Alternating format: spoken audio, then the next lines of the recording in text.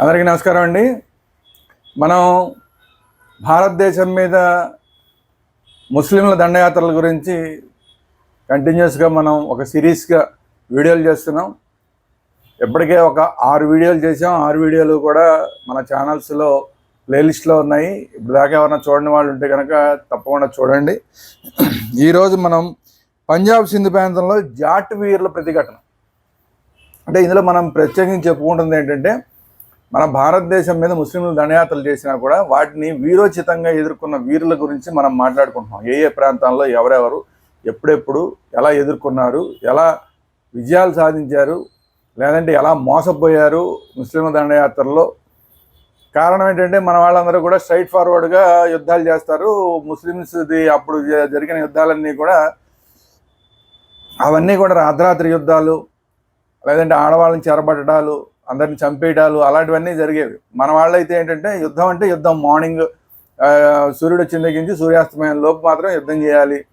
అలాగే ఆడవాళ్ళ జోలికి వెళ్ళకూడదు, అలాగే పసిపిల్లల జోలికి వెళ్ళకూడదు, వృద్ధుల జోలికి వెళ్ళకూడదు, ఇలాంటివన్నీ రూల్స్ ఉండేవి. వాళ్ళకి అసలు అలాంటి రూల్స్ ఏం లేవు. అందరం చంపేయడమే వాళ్ళ కార్యక్రమంగా పెట్టుకున్నారు. సో అయినా సరే మన వాళ్ళు ఎంత గట్టిగా ఎదుర్కొన్నారు, ఎంతమంది ప్రాణాలు కోల్పోయారు, ఇవన్నీ కూడా మనం తెలుసుకోవాలి. ఎందుకంటే ఆ రోజు వాళ్ళు ఏవైతే త్యాగాలు చేశారో ఆ త్యాగాల వల్ల ఈరోజు మనం ఇలా ఉన్నాం. సో పంజాబ్ సింధ్ ప్రాంతంలో జాట్ వీరుల ప్రతిఘటన గురించి ఇప్పుడు మనం మాట్లాడుకుందాం. గజనీ మహమ్మద్ చాలా కష్టాల పాలయ్యి ముల్తాన్ చేరుకున్నాడు.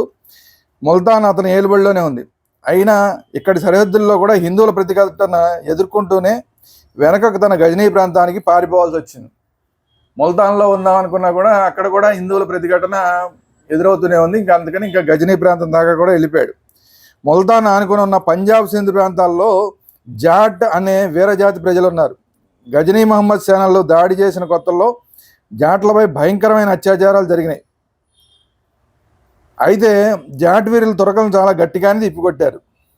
జాట్ వీరులు భయంకరమైన యుద్ధాల్లో ఆరితేరినవారు. ధర్మయుద్ధాలే వారికి తెలుసు. ఇది కీలకమైన పాయింట్. ఏంటంటే ధర్మయుద్ధాలే వాళ్ళకి తెలుసు. ఇప్పుడు కూడా మనకి జాట్లు, మనకి హర్యానా, పంజాబ్ ప్రాంతంలో జాట్లు ఇప్పటికీ చాలా పెద్ద సంఖ్యలో ఉంటారు. సో అందరూ కూడా చాలా బలిష్టంగా ఉంటారు. ఆ జాతి అంతా కూడా చాలా బలిష్టమైన జాతి. సో వాళ్ళకి తెలిసింది ఏంటంటే, యుద్ధాలు చేయడంలో బాగా ఆరితేరిన వాళ్ళు. కాకపోతే ఏంటంటే, ఇందాక నేను చెప్పాను కదా, ధర్మయుద్ధాలే తెలుసు తప్ప అధర్మయుద్ధాలు తెలియదు. కాకపోతే వీళ్ళు మాత్రం తురకల మోసపూరిత అధార్మిక యుద్ధాలు, అత్యాచారాలు వారికి కొత్త. తురకలు అనుసరించే అత్యాచారాలు, మానభంగాలు, ఇళ్ళు తగలబెట్టడాలు, ఊళ్ళు తగలబెట్టడాలు, దోపిడీలు, యుద్ధాలతో సంబంధం లేని అమాయక ప్రజల హత్యలు, ఇలాంటి క్రూర చర్యలు జాట్లకి కొత్త. అమాయక ప్రజలను బానిసలుగా, బందీలుగా గావించి అమ్మకాలు, కొనుగోళ్లు సాగించడం అనేది తురకల దాడుల్లో ఒక భాగం. యుద్ధాలు చేయడం మాత్రమే కదా, అక్కడ దొరికిన ఆడవాళ్ళని, పిల్లల్ని వాళ్ళని పట్టుకుపోయి వీళ్ళు వాళ్ళ ప్రాంతాల్లో అమ్మేస్తుంటారు. వీళ్ళు ఈ అమ్మకాలు, కొనుగోలు అనేది ఇప్పుడు మనకి కూరగాయల మార్కెట్లో అమ్మినట్టు, లేదంటే జంతువుల మార్కెట్లో అమ్మినట్టు, అలాగా ఈ మనుషులను కూడా వాళ్ళు అమ్మేస్తూ ఉండేవాళ్ళు. అదే వారి విజయ సూచిక. ఈ కారణంగానే జాట్ ప్రజలు తురకలు చాలా భయంకరమైన అత్యాచారాలకు గురయ్యారు. ప్రజలు గ్రామాలు, పట్టణాలు వదిలి అడవులకు, కొండలకి పారిపోవాల్సి వచ్చింది. పంజాబ్ పట్టణం లాహోరు తురకల వశం కావడంతో జాట్ల కష్టాలు మరింత ఎక్కువైనాయి. లాహోర్ కూడా వీళ్ళకి ముస్లింల పాలనలోకి వెళ్ళిపోయింది. ఊళ్ళు ఖాళీ చేసి వలసలు వెళ్లాల్సి వచ్చింది. అయితే ఇక్కడ ఇలాంటి క్లిష్ట పరిస్థితుల్లోనే జాట్ వీరులంతా సంఘటనయ్యారు. ఎప్పుడైతే కష్టాలు వస్తాయి, అప్పటిదాకా మామూలుగా అంత సుఖంగా ఉన్నంతసేపు ఎవడి గోల వాడిది, ఎవడి కుటుంబం గురించి వాడి తప్ప పక్కడి గురించి పట్టించుకోరు. ఒకసారి ఎప్పుడైతే అందరికీ కలిసి ఇబ్బందులు వచ్చినాయో ఇప్పుడు యూనిటీ అనేది వచ్చిందంట. అందరూ సంఘటమయ్యి తురకలను గట్టిగా ఎదుర్కొని తిప్పికొట్టారు. గజనీల పాలనలో ఉన్న ముల్తాన్ని ఆక్రమించేశారు. గజనీ మహమ్మద్ చావు దెబ్బతిని ముల్తాన్ వదిలి గజనీకి పారిపోవాల్సి వచ్చింది. ఈ గజనీ మహమ్మద్ అనేవాడు వీడికి సిగ్గు జరం లేదు. ఎన్నిసార్లు ఓడిపోయిన వాళ్ళు వస్తుంటారు. కానీ ఎన్నిసార్లు ఓడిచ్చారండి? అంత పెద్ద పెద్ద సైన్యాలతో వస్తూ ఉండేవాడు గజనీ మహమ్మద్. అలాంటి వాడిని ఎన్నిసార్లు ఓడిచ్చారో. ముల్తాన్ సమీపంలోని మన్సురా అనేది హిందువులకు గట్టి పట్టున్న కేంద్రం. అక్కడ రాజప్రతినిధి జాట్ వీరులు హిందువులుగా మార్చాడు. అక్కడ ఈ గజనీ మహమ్మద్కి సంబంధించిన అతను ముస్లిం ఉన్నాడు. అతన్ని ఓడించి అతను హిందువుగా మార్చారంట. యాక్చువల్గా అతను ముందు హిందువు. ఈ గజనీ మహమ్మద్ దగ్గరికి వెళ్ళిన తర్వాత, గజనీ మహమ్మద్ ఓడించిన తర్వాత అతను అక్కడ ముస్లింగా మారిపోయి అక్కడ రాజప్రతినిధిగా ఉన్నాడు. అలాంటి వాడిని ఓడించి మళ్ళీ వాడిని హిందువుగా మార్చారంట. అతడు కూడా ఒకనాటి హిందువే. గజనీ సేనలకు జాట్వీర్లు పారిపోయే దారి లేకుండా చేశారు. ముల్తాన్లో ఆగిపోయి మహమ్మద్ గజనీ జాట్లపై దాడి చేయాల్సి వచ్చింది. జాట్ ప్రజలంతా కొండపైకి చేరగా జాట్వీర్లు గజనీ సైన్యాలతో గట్టిగా తలబడ్డారు. భయంకరమైన యుద్ధం జరిగింది. కొద్దిమంది జాట్వీర్ల సైన్యం గజనీ భారీ సైన్యాలను గడగడలాడించింది. ఎందుకంటే వీళ్ళకి ఆనుపాలను అని తెలిసి, అక్కడ కొండలు కొట్టలు అవన్నీ ఆనుపాలను తెలిసి, తక్కువ మంది ఉన్నా కూడా లక్షల్లో ఉన్న గజనీ సైన్యాన్ని చాలా గట్టిగా ఎదిరించి గడగడలాడించారు. అపజయం పాలైనా కూడా గెరిల్లా పోరాటం సాగిస్తూనే ఉంటున్నారు. జాట్వీర్లు అడుగడుగునా తురకలను ఎదిరించి తమ స్వధర్మనిష్టను, స్వదేశభక్తిని చాటి చెప్పారు. చూసారా ఎంత ఎంత గొప్పతనం అండి నిజంగా ఇది. ఎందుకంటే చాలా చిన్న విషయాలు కాదు. మనం పక్కడ ఎవడన్నా గట్టిగా మాడితేనే మనం హుత్తంటే పారిపోతాం. మనం అలాంటిది పెద్ద పెద్ద యుద్ధాలు, కత్తులతో యుద్ధాలు, మన కళ్ళ ముందే చచ్చిపోతూ ఉంటారు, మనకి కాళ్ళు చేతులు తెగిపోతుంటాయి, అయినా సరే యుద్ధం చేయాల్సి వస్తుంది. చిన్న విషయం కాదండి ఈ యుద్ధాలు అనేవి. గజనీ మహమ్మద్ దాడులతో భారత చరిత్రలో ఒక కొత్త పరిణామం సంభవించింది. గజనీ సైన్యంలో హిందువులు కూడా చేరిపోయారండి. ఇది దరిద్రం. నెమ్మది నెమ్మదిగా అతని ప్రాబల్యం పెరిగిపోయింది. ఇంకేం చేస్తారు, హిందువులు కూడా అతనితో పాటు చేరిపోయారు. హిందువులు పౌరుష పరాక్రమాలు, స్వామి భక్తి గజనీ మహమ్మద్ బాగా తెలిసిపోయినవి. హిందూ సైనికులు గజనీ వరకు చేరిపోయారు. గజనీ వర్గంలో చేరిపోయారు. గజనీలో ఒక ప్రత్యేక సైనిక పటాలంగా ఉండసాగారు. హిందూ పటాలం ప్రత్యేకించి హిందువులందరినీ కలిపి ఒక సైనిక పటాలంగా కూడా చేసేంతమంది జాయిన్ అయిపోయారంట గజనీ సైన్యంలో. క్రమక్రమంగా హిందువులకు ఇస్లాం రాజనీతి, యుద్ధనీతి అర్థం కాసాగినవి. సుందర్ అనే పేరు గల సైనిక సర్దార్ గజనీ సేనలో ఉన్నాడు. ఆ తర్వాత కొంతకాలానికి అతని స్థానంలో తిలక్ అన్న అతను సర్దార్గా నియమింపబడ్డాడు. అంటే ఇతను పార్సీ, ఇరాన్కి సంబంధించిన అతను. ఇరాన్ సైనిక పటాలం కూడా గజనీ సైన్యంలో ఉంది. అంటే ఇరాన్ సైనిక పటాలం, హిందూ సైనిక పటాలం, అలాగే వేరే వేరే దేశాల సైనిక పటాలు, వాళ్ళందరినీ గెలుచుకుని ఆ సైన్యాన్ని కూడా తనలో జాయిన్ చేసేసుకున్నాడు అనమాట. దానికి కూడా తిలక్ సర్దార్గా వ్యవహరించాడు. గజనీ మహమ్మద్ పుత్రుడు మసూద్, అతడు తిలక్ను బాగా గౌరవించేవాడు. ఒక ఛత్రంతో తిలక్ని సన్మానించాడు. ఛత్రం అంటే తెలుసుగా, పైన ఒక పెద్ద గొడుగు లాంటిది తీస్తే ఆ పెద్ద గౌరవం అనమాట ఆ రోజుల్లో. అలాంటి గౌరవాన్ని ఇచ్చి ఆ తిలక్ అనే అతన్ని సన్మానించాడంట. గజనీకి వ్యతిరేకంగా తర్వాత పంజాబ్కు చెందిన అల్తగీన్ అనే రాజప్రతినిధి గజనీకి వ్యతిరేకంగా తిరుగుబాటు చేశాడు. గజనీ సేనాధిపతులు ఎవరో కూడా తిరుగుబాటు నడిచివేసి సాహసం చేయలేకపోయారు. గజనీ మహమ్మద్ మీద కూడా వాడే అల్తగీన్ అనే అతను తిరుగుబాటు చేశాడంట. ఆ తిరుగుబాటు నడిచేయడానికి ఈ తిలక్ అనే అతన్ని పంపించాడు. మసూద్ విశ్వాసంతో సేనాన్ని తిలక్ను తిరుగుబాటు నడిచివేయడానికి ఆదేశించాడు. తిలక్ తన హిందూ సైన్యంతో అల్తగీన్పై దాడి చేశాడు. అల్తగీన్ పరాజితుడైపోయాడు. తిలక్ శత్రు సైన్యాన్ని ఎడారిలో తరిమి కొట్టాడు. తిలక్ లాహోర్ను కూడా ఆక్రమించాడు. జాట్వీర్లకు లేఖలు రాశాడు. అల్తగీన్ తలకు 50,000 దిర్హాములు, అంటే ఇప్పుడు మనకి రూపాయలకు అప్పుడు దిర్హాం అని ఉండేది వాళ్ళది. అది గజనీ ప్రాంతంలో ఉన్న నాణ్యం దిర్హాం. ఈనాంగా ప్రకటించారు. జాట్వీర్లు ఎలాగో అల్తగీన్ మీద వైరంతోనే ఉన్నారు. అల్తగీన్ అనేవాడు ఎలాగో హిందువులకు పడ్డ కదా, వీళ్ళకి కూడా కోపం ఉంది. సో అల్తగీన్ సైన్యంతో జాట్వీర్లు భయంకరమైన దాడి చేశారు. అల్తగీన్ని పట్టుకుని అతను తల నరికేసి ఆ ఈనాంని తీసుకున్నారంట. చూడండి, రెండు పక్కలా కూడా ఇప్పుడు ఇక్కడ చూడండి తెలివితేటలు. ఈ గజనీ మహమ్మద్ తరపున పోరాటం చేస్తున్నవాడు హిందువు, సైనికులందరూ హిందువులు. మళ్ళీ ఆ పారిపోయిన అల్తగీన్ అనేవాడి మీదకి రెచ్చగొట్టింది హిందువులనే. ఇప్పుడు హిందువులు కలిసి అతన్ని చంపేశారు. గజనీ మహమ్మద్ ద్వారా ఈ అల్తగీన్ ఎవరంటే ఇంతకుముందు మన వీడియోలో కూడా వచ్చింది. గజనీ మహమ్మద్ ద్వారా పంజాబ్ సుబేదార్గా విముక్తి చేయబడిన వాడు. గజనీ మహమ్మద్ వల్లనే భారత్పై దాడి చేయాలని ఆకాంక్షించాడు. 1033వ సంవత్సరంలో అతడు భారత్పై దండెత్తి వారణాసి, కాశీ వరకు దురాక్రమణ సాగించాడు. ఇది వాడి చరిత్ర, అల్తగీన్ అనేవాడి చరిత్ర. తాను గజనీ పాలకుడైన మసూద్ కంటే గొప్పవాడిని ప్రకటించుకున్నాడు. అలాంటి అల్తగీన్ జాట్వీర్ల చేతిలో హతుడైపోయాడు. జాట్వీర్లు వారణాసి మీద దాడికి ప్రతీకారం తెచ్చుకున్నారు. ఇది వారణాసి మీద దాడి చేస్తారా నువ్వు అని ఎప్పటి నుంచో జాట్లకి చాలా కోపంగా ఉంది. ఎప్పుడైతే ఈ తిలక్ అన్న అతను వచ్చి మీకు డబ్బులు ఇస్తాను, వాడిని అల్తగీన్ అనేవాడిని చంపేయండి అని చెప్పి, ఎవడు చంపితే వాడికి ఇస్తాను కానీ, ఇది మంచి ఛాన్స్ రా బాబు, ఆయన చంపేయచ్చు, డబ్బులు కూడా వస్తాయని చెప్పి మొత్తం అందరూ కలిసి జాటి వీళ్ళందరూ కలిసి ఆల్తగిన చంపేశారు. తురకల దాడిని తిప్పికొట్టిన హిందూ సంఘటిత శక్తి గురించి ఇప్పుడు మనం తెలుసుకుందాం. సింధు తర్వాత పంజాబ్ కూడా తురకల వశమైంది. 1043 సంవత్సరంలో ఢిల్లీ పాలకుడు మహీపాలుడు తోమర్ వంశ రాజపుత్రుడు తురకల దురాక్రమం గుర్తించి హిందూ రాజులందరినీ జాగ్రత్తపరిచాడు. తురకలను తిప్పికొట్టుటకు రాజులు సంఘటితమై పోరాడాలని పిలుపునిచ్చాడు. ఇది ఇంతకుముందు కూడా మనం చెప్పుకున్నాం. ఎందుకంటే వాళ్ళేమో ముస్లింలు లక్షల సంఖ్యలో వచ్చేవాళ్ళు, ఇక్కడేమో వేల సంఖ్యలోనే ఉండేవి. ఒక్కొక్క చిన్న రాజ్యాలు కదా, అన్ని చిన్న చిన్న రాజ్యాలు, ఒకటికి వేల సంఖ్యలోనే సైన్యం ఉండేది. అక్కడేమో లక్షల సైన్యంలో వచ్చేసరికి ఏం చేయలేకపోయి ఓడిపోతూ ఉండేవాళ్ళు, చచ్చిపోతూ ఉండేవాళ్ళు. ఇలా కాదురా అబ్బాయి అని చెప్పి హిందూ రాజులందరూ కలిసి ఏకమైపోయారు. ఆ ఏకం అవడం వల్ల కొంచెం గట్టిగా ప్రతిఘటించగలిగారు. సో తురకలను తిప్పికొట్టడానికి హిందూ రాజులు సంఘటితమై పోరాటాలను పిలుపునిచ్చాడు. వివిధ రాజులు ముందుకొచ్చారు.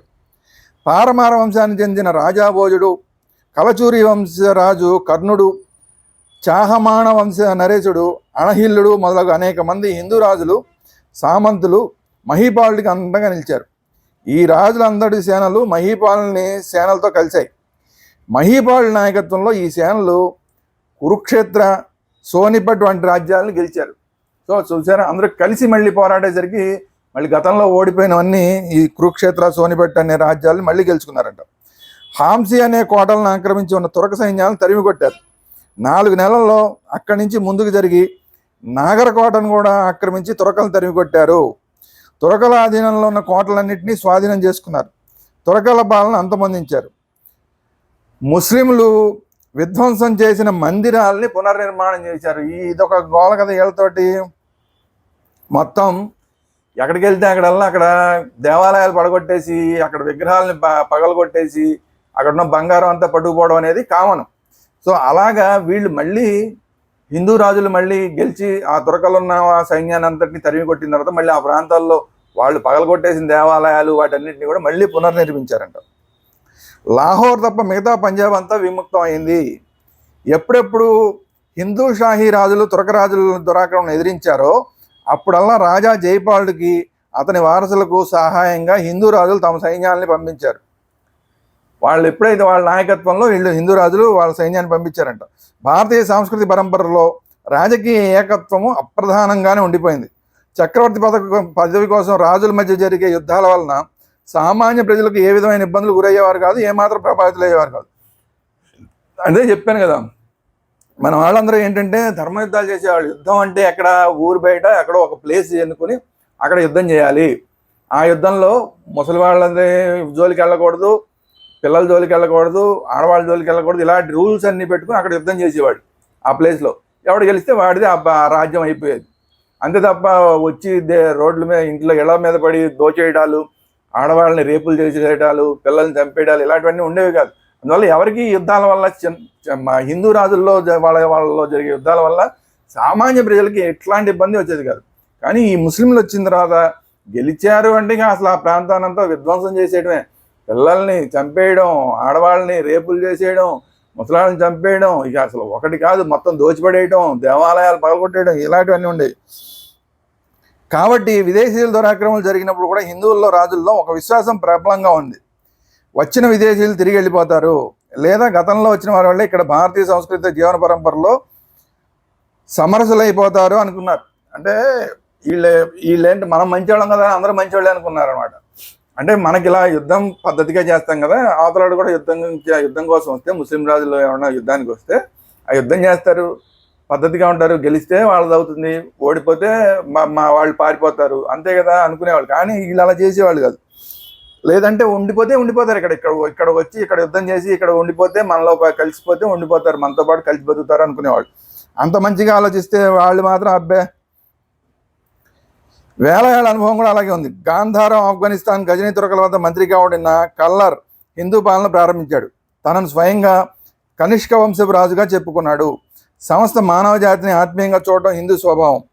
అందువలనే హిందూ పాలకులు ప్రజలు ముస్లిం దురాక్రమణ స్వభావాన్ని, దాని విష పరిణామాలను ఎంత మాత్రం ఊహించలేకపోయారు. ఇది అన్నిటికన్నా పెద్ద ప్రాబ్లం.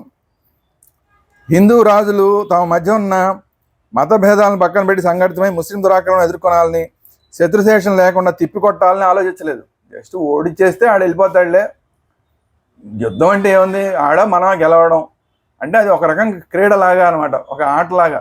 గెలిస్తే మనదవుతుంది వాడి రాజ్యం, మనం ఓడిపోతే మన రాజ్యం వాడిది అవుతుంది అనుకునేవాళ్ళు. ఇంత తప్ప ఇంతకన్నా ఎక్కువ ఆలోచించేవాళ్ళు కాదనమాట. అంతే తప్ప మొత్తం వాళ్ళందరినీ చంపేయాలి, ఓడిపోయిన వాడిని శత్రువుని బాబోయ్ బతకనకూడదు, ఆడు బతుకుంటే మళ్ళీ ఏదో రోజు మనకి ప్రమాదమే, అట్లా ఎప్పుడు ఆలోచించలేదండి పాపం. కానీ హిందూరాలు తమ రాజ్యాన్ని రక్షించుకోవడానికి ముస్లింతో తలపడి మతగారు సతతం సంఘర్షణ సాగించారు. వాళ్ళు సాగించిన పోరాటాల తీరుతెన్నుల వివరాలు అలనాటి ముస్లిం పాలకుల ఆస్థాన చరిత్రకార రచనలో దస్తావేజుల్లో స్పష్టంగా కనిపిస్తున్నాయి. అంటే చూడండి, వాళ్ళు రాసిన వాటిలో కూడా, ముస్లింలు రైటర్స్ రాసిన వాటిలో కూడా మన వాళ్ళు ఎంత పద్ధతిగా పోరాటాలు చేసేవాళ్ళు, ఎంత పద్ధతిగా ఉండేవాళ్ళు. అదే ముస్లింలు దాడులు చేసినప్పుడు అసలు ఊళ్ళకి తగలెట్టేయడాలు, చంపేయడాలు, దోచేయడాలు, దేవాలయాలు పడగొట్టేయడాలు ఇలాంటివన్నీ ఉన్నాయని వాళ్ళు కూడా రాసుకున్నారంట. ఎంత చక్కగా వీళ్ళు యుద్ధాలు చేసేవాళ్ళు, యుద్ధం అయిపోగానే ఏ విధంగా ప్రవర్తించేవాళ్ళు, ఇవన్నీ వాళ్ళు కూడా రాసుకున్నారంట. అంటే మన వాళ్ళు ఎంత పద్ధతి కలిగిన మనుషులు, వాళ్ళు ఎంత పద్ధతి లేని మనుషులు అనేది ఆఖరికి ముస్లిం రైటర్స్ రాసిన వాటిలో కూడా స్పష్టంగా కనబడుతుందంట. ఇది పరిస్థితి. ఇది ఈరోజు వీడియో. రేపు మళ్ళీ నెక్స్ట్ వీడియోలో ఏంటంటే చౌహాన్ వంశపు రాజుల యుద్ధాలు ఎలా జరిగినాయి, గఢవాల్ వంశ రాజుల యుద్ధాలు ఎలా జరిగినాయి. అంటే ఇక్కడ రకరకాల వంశాలకు సంబంధించిన రాజులు యుద్ధాలు చేశారు ముస్లింతో. అట్లా మాళవ రాజ్యపు పారమార వంశ రాజుల యుద్ధాలు ఎట్లా జరిగినాయి, బుందేల్ఖండ్ చందేల్ రాజవంశస్థుల యుద్ధాలు ఎలా జరిగినాయి, త్రిపురి కలచురి రాజుల యుద్ధాలు ఎలా జరిగినాయి, ఇవన్నీ కూడా ఏ వంశాల వాళ్ళు ఎలా యుద్ధాలు చేశారనేది నెక్స్ట్ వీడియోలో మనం చూద్దాం. సో ఈ వీడియో మీకు నచ్చినట్టయితే లైక్ చేయండి, అలాగే మీ అభిప్రాయాలు కామెంట్ రూపంలో తెలియజేయండి. అలాగే ఈ వీడియోని హిందువులందరికీ షేర్ చేయండి. మన భారతదేశం మీద ముస్లింల దండయాత్రల గురించి తెలియక చాలామంది ఒక రకమైన దీంట్లో అందరూ మనవాళ్లే, ఇందాక ఇదో మనవాళ్ళు యుద్ధాల్లో కూడా గతంలో కొట్టుకున్నప్పుడు అందరూ మంచివాళ్ళే అనుకుంటే చివరికి ఏమైందో ఇప్పుడు మనం అనుభవించాం. అలాగే ఇప్పుడు కూడా సెక్యులరిజం అని చెప్పి అందరూ మనవాళ్ళే మనం అనుకుంటున్నాం, మిగతా వాళ్ళు అలా అనుకోవట్లేదు. ఏ విధంగా వాళ్ళు ప్రవర్తించారు ఆ చరిత్ర తెలుసుకుంటే కనుక ఇప్పుడు మనం ఎవరితో ఏ విధంగా ప్రవర్తించాలనేది మనకు తెలుస్తుంది. అందువల్ల హిందువులందరికీ కూడా ఈ వీడియోలను షేర్ చేస్తూ ఉండండి. అందరికీ నమస్కారం. మన ఛానల్ వేదాంత ఛానల్ని తప్పకుండా సబ్స్క్రైబ్ చేయండి అందరూ.